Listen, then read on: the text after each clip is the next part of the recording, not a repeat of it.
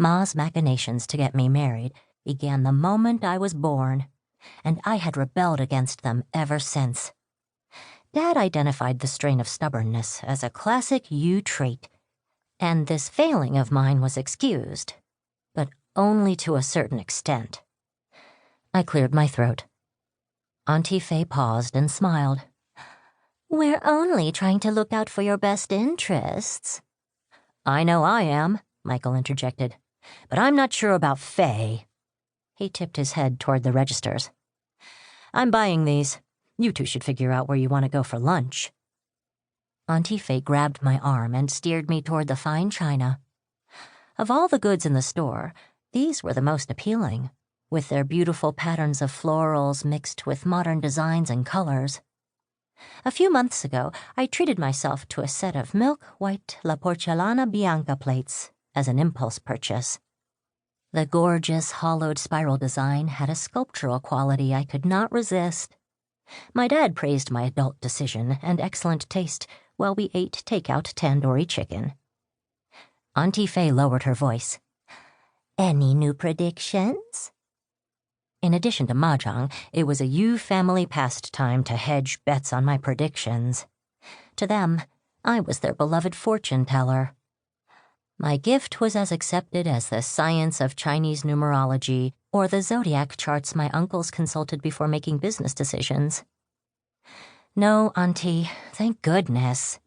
She frowned. "Maybe we can get one during lunch." My aunt was the family's gossip queen. I often thought she chose a career as a beauty salon owner to facilitate her need to know everyone's business. If gossip were a commodity, she would control the market.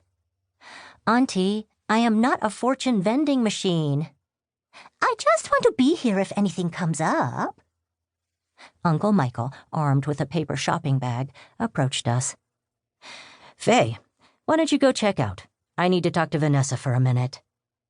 "Tell me if she says something." Auntie Faye waved and headed for the till. "I'll just buy a gift card and be done with it." I let out a relaxed sigh. "Thank you for the save." "You know her. She needs to be the first for any kind of news."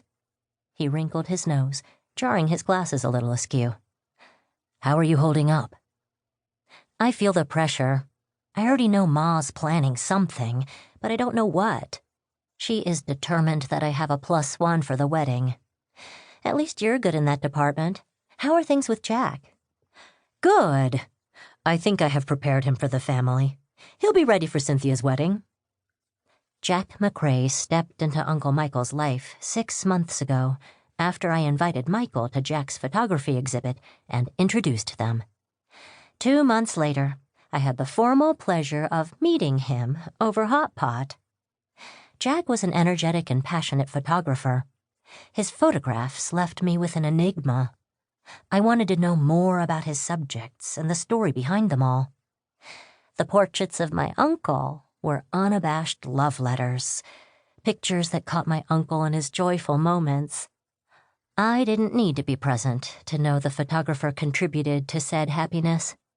I had witnessed it firsthand on numerous occasions. This man loved Uncle Michael. "Maybe you can bring a friend instead," he asked.